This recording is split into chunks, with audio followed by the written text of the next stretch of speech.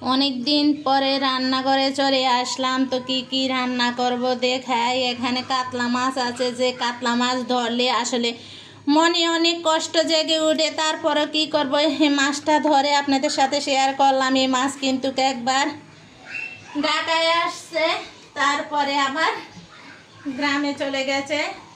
তো এই মাছগুলা আজকে ভুনা করব। আর যত কষ্ট হোক, নিজের পুকুরের মাছ কষ্টের পরও রান্না করব, খামু। কারণ এই কষ্টের মাছগুলো রান্না করে খেয়ে আপনাদের সাথে শেয়ার করব। তো কেন কষ্ট এত, আসলে এই মাছগুলো কিন্তু ঢাকা আসছে, ঢাকা থেকে ফিরে বাড়িতে গেছে, বাড়ি থেকে ফিরে আবার ঢাকা আসছে, তারপরে এখন রান্না করতেছি, আপনাদের সাথে শেয়ার করতেছি। কেন এগুলো আসলে প্রশ্ন করবেন না, কমেন্টও করবেন না, অনেক কষ্টের কথা। যাই হোক, নাই বলি, কিছুটা হয়তো শেয়ার করলাম। আর এখানে আজকে কাতলা মাছ ভুনা করব, আর সাথে ভেন্ডি ভাজি।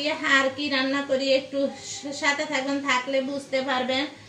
আসলে কষ্টের সময় কষ্টের কথা আপনাদের সাথে শেয়ার করি। এখন আপনারা আমার আপনজন, আপনারা যাতে আমাকে দেখেন, শোনেন, বুঝেন।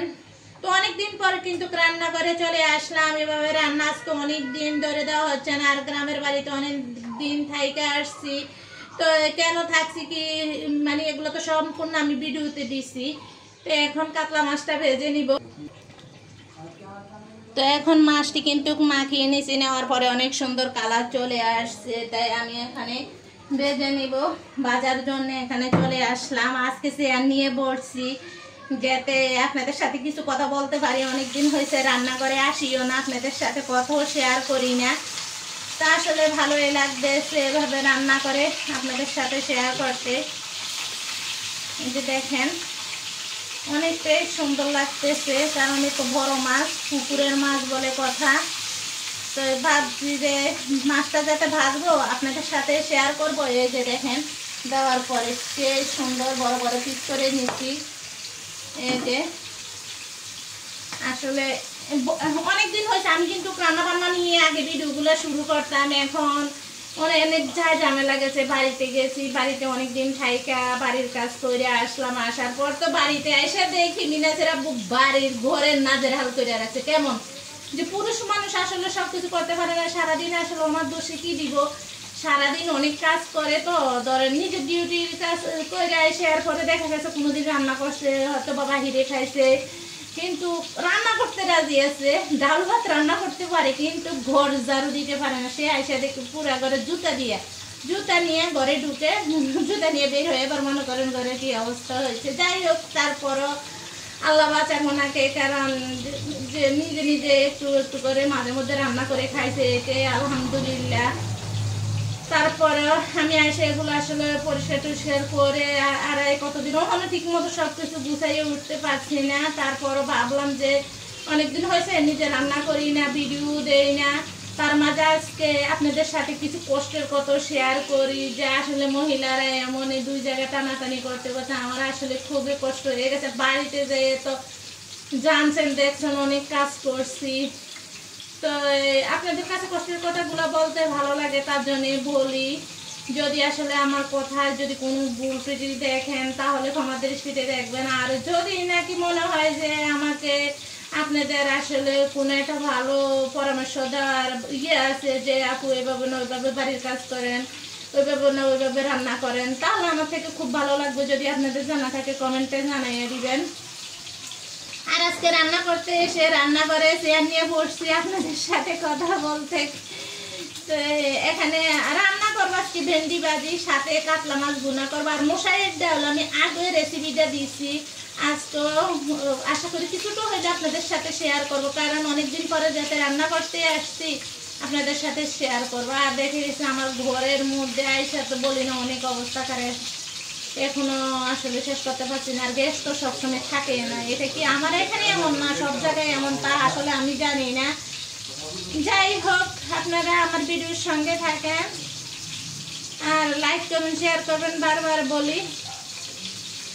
তো কীভাবে কাতলা মাছটা ভুনা করি একটু আপনাদের সাথে শেয়ার করব।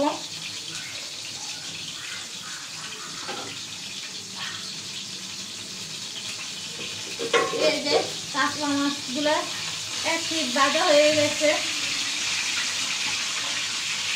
এটা আপনাদের সাথে পুরোপুরি শেয়ারের জন্য। কাছাকাছি নিয়ে আসলাম। ভালোই লাগে আপনাদের সাথে সব কিছু শেয়ার করতে আমার থেকে, কারণ আপনারা যাতে আমাকে পছন্দ করেন তার জন্য ভাবলাম আমার দর্শক আপুদের জন্য কিছুটা হইলেও আমি ভিডিও এনে আর অনেক দিন নিতে পারি না, তার জন্যে আমি ভিডিও দিতেও পারি নাই। তো যাই হোক,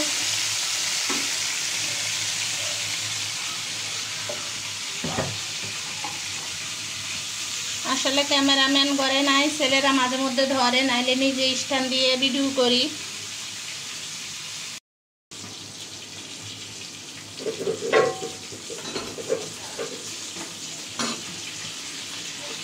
এখন মাছ প্রায় ভাজা হয়ে গেছে, উঠিয়ে নেব, কারণ এই মাছটা একটু ভাজা মতো হইলে খেতে পছন্দ করে।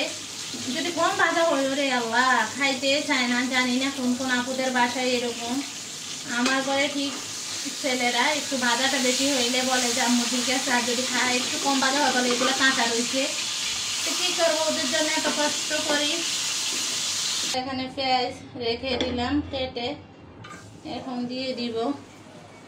কাতলা মাছের সাথে পেঁয়াজটা বেশি করে দিলে খেতেও মজা লাগবে। আর কাটা কাটা হুট করে মিনাসের আব্বু ফোন দিয়ে এমন কিছু কথা বললো যে কথা শুনে আমার আসলে বুক ফেটে কান্না আসে। একটা কথা আছে না যে দূরের মানুষ কষ্ট দিলে কষ্ট ভোলা যায়, আপন মানুষ কাছের মানুষ কষ্ট দিলে কষ্ট ভোলা যায় না।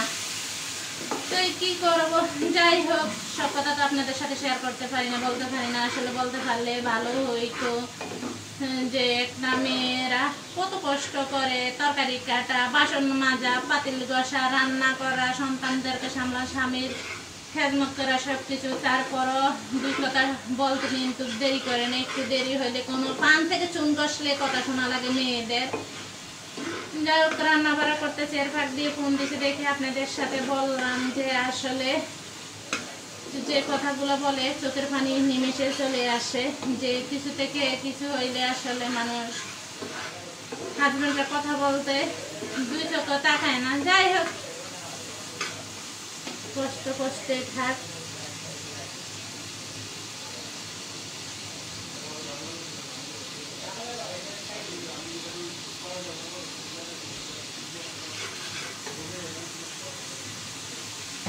মাছ তো ভাজা হয়ে গেল, এখন সম্পূর্ণ মাছ দিয়ে দিব।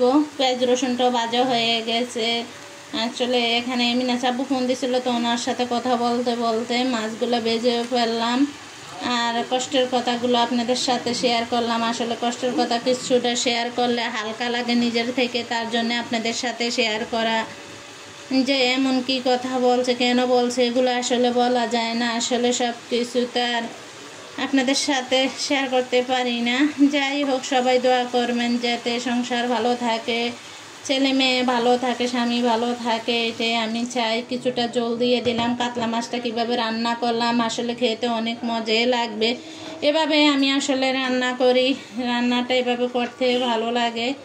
তো কালারটা খুব বেশ সুন্দর হয়েছে। আসলে মন খারাপ নিয়ে রান্না করছি, তো তার জন্যে ভালো হয়েছে। আর মন যদি ভালো করে রান্না করতাম তাহলে তো আরও সুন্দর হইতো, আরও ভালো হইতো। যাই হোক, হালকা জল বেশি দিব না। দেখেন অনেক সুন্দর।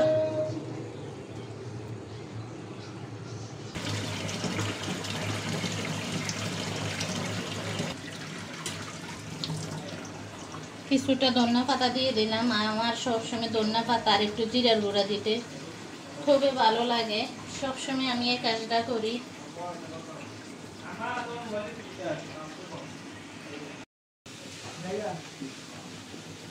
তো এখানে মাছ বোনা হয়ে গেছে, আর এখানে আছে এই যে ভেন্ডি ভাজিও রেডি করে নিলাম, বসিয়ে দিলাম। ভেন্ডি ভাজি বসিয়ে দিলাম কারণ মাছ বোনার পরে ভেন্ডি ভাজিটা।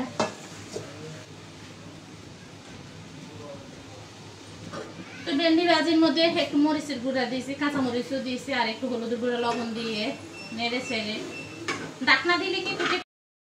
তো এখানে মশারির ডাল রান্না করব, তার জন্য কিন্তু আমি পেঁয়াজ দিয়ে দিয়েছি, মরিচের গুঁড়া, হলুদের গুঁড়া, লবণ দিয়ে। এটা আসলে আমি প্রায় সময় রান্না করি, আপনাদের সাথে মাঝে মাঝে শেয়ার করি। যে ভালো লাগে, এই জন্যে এখানে টমেটোটা দিয়ে দিব। টমেটোটা দেওয়ার কারণে 2 গুণ স্বাদ বেড়ে উঠে। আমি তেল সব দিয়ে দিলাম, দিয়ে এখন কিন্তু মাখিয়ে নিব। এটা মাখানোর পর একটু পানি দিয়ে বসিয়ে দিলে সেই লেভেলের মজা। একবার হলেও বাসা ট্রাই করবেন, রান্না করবেন, খেয়ে দেখবেন সন্তানরা, হাজব্যান্ড সবাই খুশি হয়ে যাব। তবে আমার ঘরে একজন শুধু খুশি হয় না, টমেটো দেওয়ার কারণে আমার বড় ছেলে খায় না। তো যাই হোক, ও না খাক, ওর জন্য অনেক কিছুই রান্না করছে, ও এটা খাবে, সমস্যা নাই। আর এখানে দেখেন অনেক সুন্দর কালার আসছে। আর এইদিকে আমি তো ভেন্ডি ভাজি বসিয়ে দিয়েছি। ভেন্ডি ভাজি আবার বড় ছেলে পছন্দ করে, 4 জনে ঘরের পছন্দ করি, তার মধ্যে এটা রান্না করলাম। আর ভেন্ডিটা আরও কিছুক্ষণ রান্না করতে হবে। আর এটাতে এখন পানি দিয়ে দিব। তো এখন ঝোলের জন্য এই পানিটা দিয়ে দিলাম, দিয়ে বসিয়ে দিব। আর এইখানে আরে তো ভেন্ডি ভাজি হইতেছে। আর এখানে তো মাছ বোনা কমপ্লিট। এই যে ডাউল বসিয়ে দিলাম, ভেন্ডি ভাজি। এই যে করলাম, এখন খাওয়া দাওয়া করি। ক্যামেরার পিছনে এরা খাওয়া দাওয়া করতে এসে আমি ভাবলাম আমি যাকে রান্নাই করছি আপনাদের সাথে শুরু হইলো শেয়ার করি। ভেন্ডি ভাজি সাথে ডাউল দিয়ে, এই যে টমেটো দিয়ে রান্না করছে, অনেক মজা।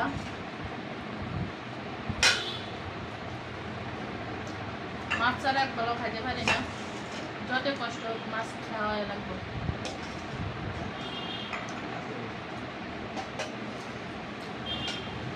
মাছটা অনেক মজা, কারণ পুকুরের মাছ বলে কথা, কোনো মেডিসিন নেই, কিছু না।